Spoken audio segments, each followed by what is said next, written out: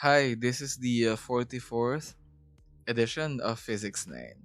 Okay, so it's actually quite, it feels quite different to reflect on the number of sessions we have so far in physics, but I hope that this big number of sessions, it actually means that we are so far discovering more about the subject and that you're learning more about the subject in a way that doesn't really rush you, yeah, or doesn't really parang leaves you out in the dark.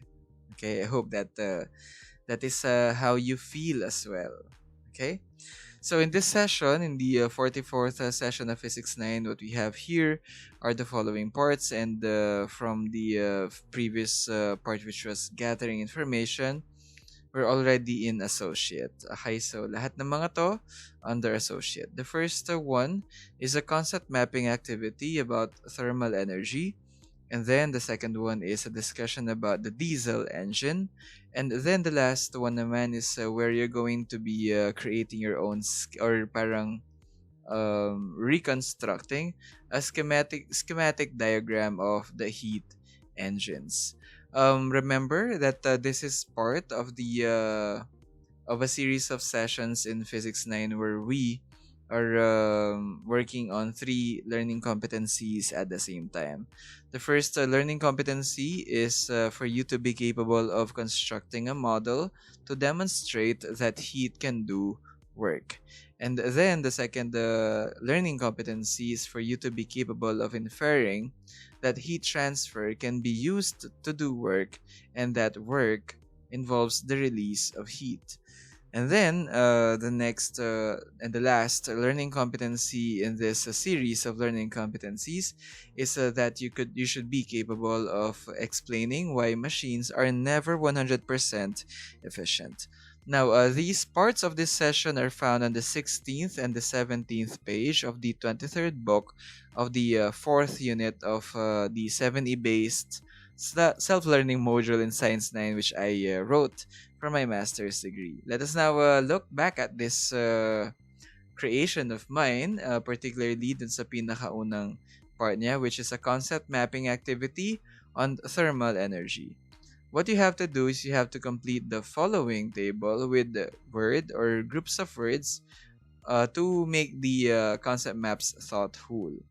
So, having a run through sa mga components niya, we see it starts with heat energy, that it can do something, and that heat energy is converted into something by something with something that can be something. And then that something is governed by the and the of something. Okay, so take your time and pull out maybe a one whole sheet of paper, or maybe I think a one whole sheet of paper is going to be needed for this one. Okay, so begin working on your concept map now.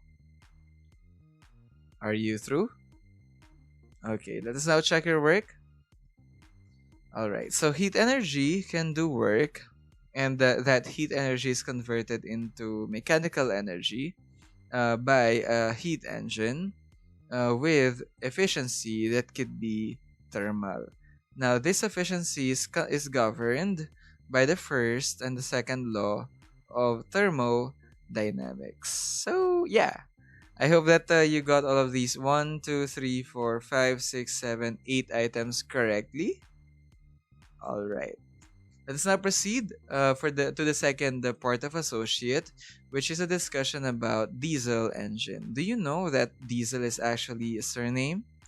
The man behind the diesel engine was named Christian Karl Diesel. So he is this guy over here. Rudolf Christian Karl Diesel was a German engineer to receive a patent to a heat engine he designed that works on peanut oil, which later on became known as the diesel engine.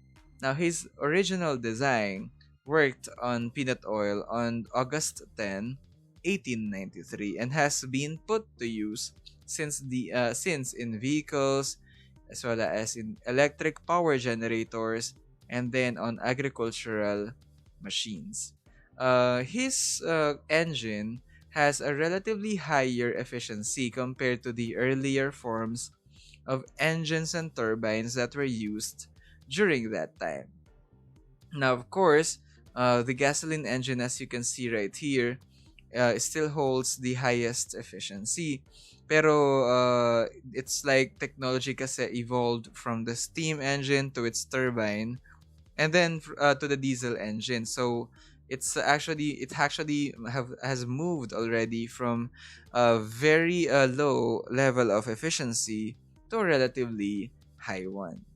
So again, that's how technology evolved there from 29% steam engine efficiency naging 46 naman siya dito. So that's actually a very big difference if you're gonna consider how young technology was during that time. All right. This part of our session, yeah, I think it's the second part, is now done. Let us now move forward to the construction of a schematic diagram that is about heat engines. I hope that you still remember the basic principles that make heat engines work. Okay? Now, if you do, please look at this at this parang mga shapes. I know they're familiar sa inyo. And then write kung ano yung mga components niyo dyan, yung mga nasa rectangles.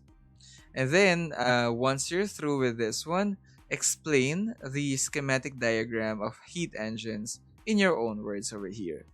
Now, this activity is actually just parang a reflective kind of activity. I am not actually going to provide you with the correct answers, but you know fairly well that this has correct answers. So I'll this to you. I leave this to your initiative. Okay, go ahead and look for the actual words that will make this up after mo na sinubukan silang sagutan. So first, sige, sagutan mo muna. And then after that, check kung tama ba yung mga pinaglalagay mo dito. And then for your explanation over here, it doesn't matter what you wrote here. It doesn't matter kasi in a way na wala naman akong ibibigay na tamang sagot or mali. Pero again, checking of your explanation, I will be leaving that completely up to you. Okay? Alright, you may now begin your reflective activity for associate schematic diagram on heat engines. Are you done? Alright. Now, this is a relatively faster edition of Physics 9. And in this video lesson, what we were capable of accomplishing are the following parts. So, for the first part, you were you actually looked back on our previous discussions related to thermal energy through the completion of a concept map. And then, for the second part of our session, you were introduced to the genius of Rudolf Christian Karl Diesel. Okay, tama ba yung pangalan? Okay, please look back and make sure that you get his name correctly. And then the last part of this session naman is schematic diagram. It's actually a look back at our previous topic and specific graphic in this series of video lessons in Physics 9. But we also asked you in this activity to explain the schematic diagram in your own words. Okay, now, in this video lesson, what we were still trying to work on are the following learning competencies. So the first one is that you should be capable of constructing a model to demonstrate that heat can do work. Now, the second learning competency is that you should be capable of inferring that heat transfer can be used to do work, and that work involves the release of heat.